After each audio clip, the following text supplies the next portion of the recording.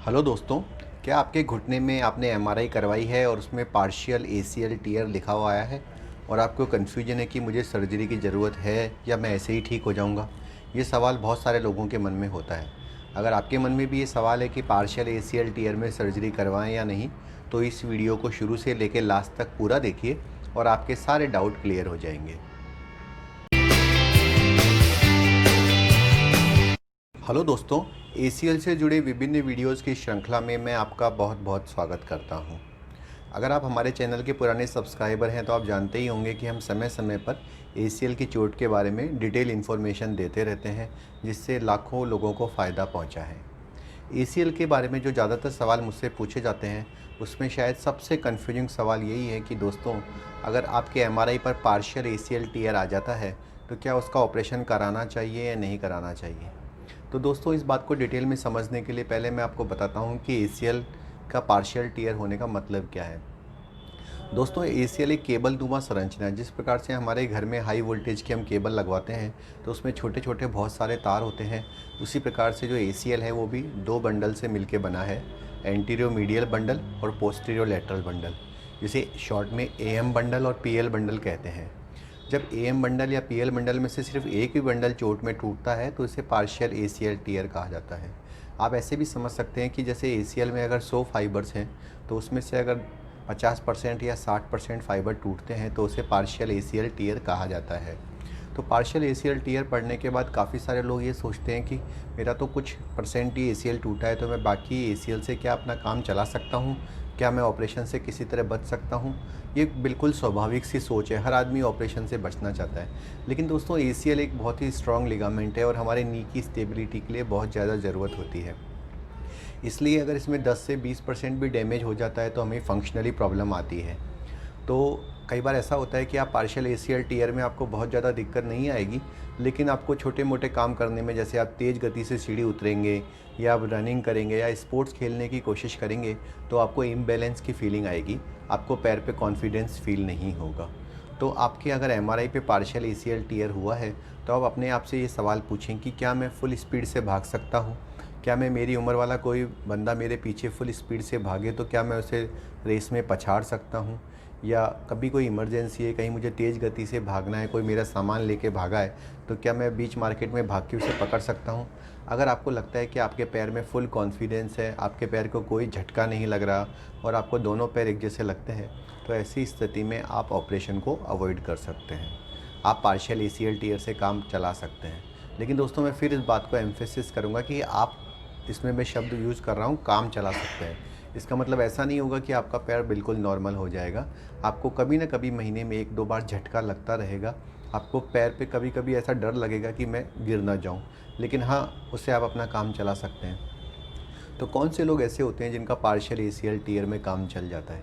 Partial ACL tear में काम चल सकता है यदि आप हाउसवाइफ हैं और आपका मेन टाइम घर में ही बीतता है, आपको कोई एक्सरसाइज या बहुत ज़्यादा सीढ़ियाँ चढ़ने की आवश्यकता नहीं पड़ती।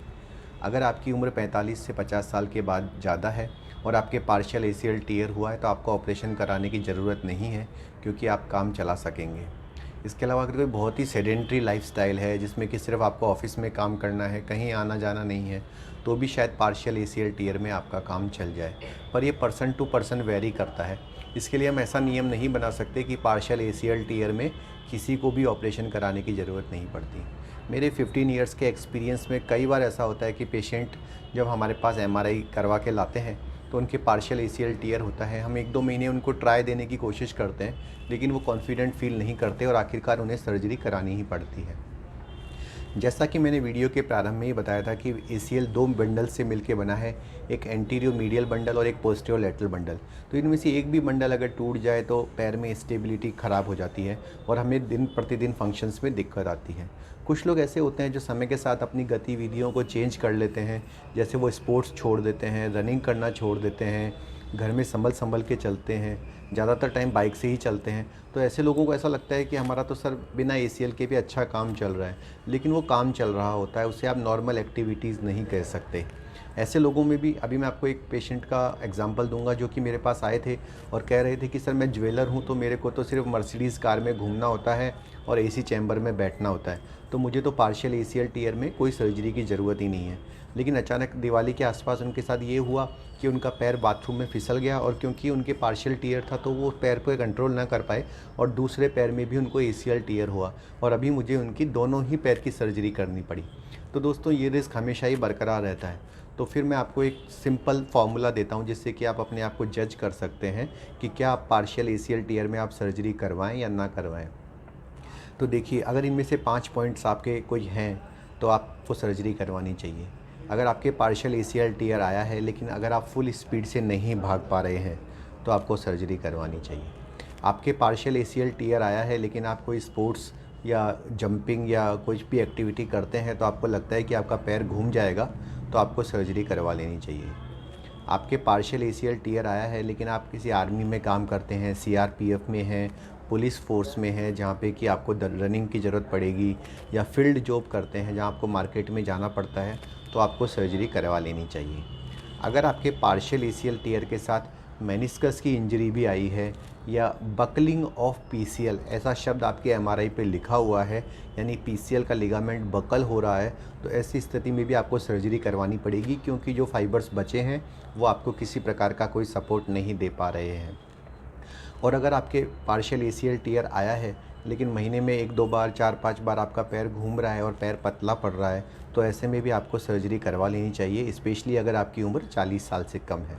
तो इन पॉइंट्स को दोस्तों आप खुद भी अपने घर पे अपने आप पे टेस्ट कर सकते हैं। याद रखें, खुद अपने पैर को हिलाकर चेक करने की कोशिश ना करें। काफ़ी सारे लोग खुद ही घर पे अपने आप को एंटीरियर ड्रावर और लर्चमान टेस्ट करके देखना चाहते हैं। होता क्या है कि जब हम खुद अपने आप को चेक करते हैं तो हमारी मसल्स बहुत ज़्यादा टाइट हो जाती हैं और हम ढंग से चेक नहीं कर पाते, और ख़ुद बार बार घुटने के झटके देने से आपको मेनिस्कस में और कार्टिलेज में भी इंजरी हो सकती है। अगर आपके पार्शियल ACL टीयर है और आप ये चाह रहे हैं कि 2 या 3 महीने आप सर्जरी को लेट करें, तो वो कर सकते हैं, लेकिन उस दौरान आप किसी तरह का स्पोर्ट्स, रनिंग, जंपिंग ना करें। किसी भी ऐसी जगह पे ना जाएं जहां फिसलने का डर हो, क्योंकि फिसलने के वजह से आपके दूसरे पैर का भी लिगामेंट टूट सकता है। इस प्रकार से अगर आप बाइक को भी किक दे रहे हैं तो बहुत ध्यान से ही ऐसी एक्टिविटीज़ करें, क्योंकि पार्शियल ACL टीयर में घुटने की पावर हाफ ही रह जाती है, तो ऐसे में बाइक का झटका भी उसके लिगामेंट को कंप्लीट टीयर में बदल सकता है।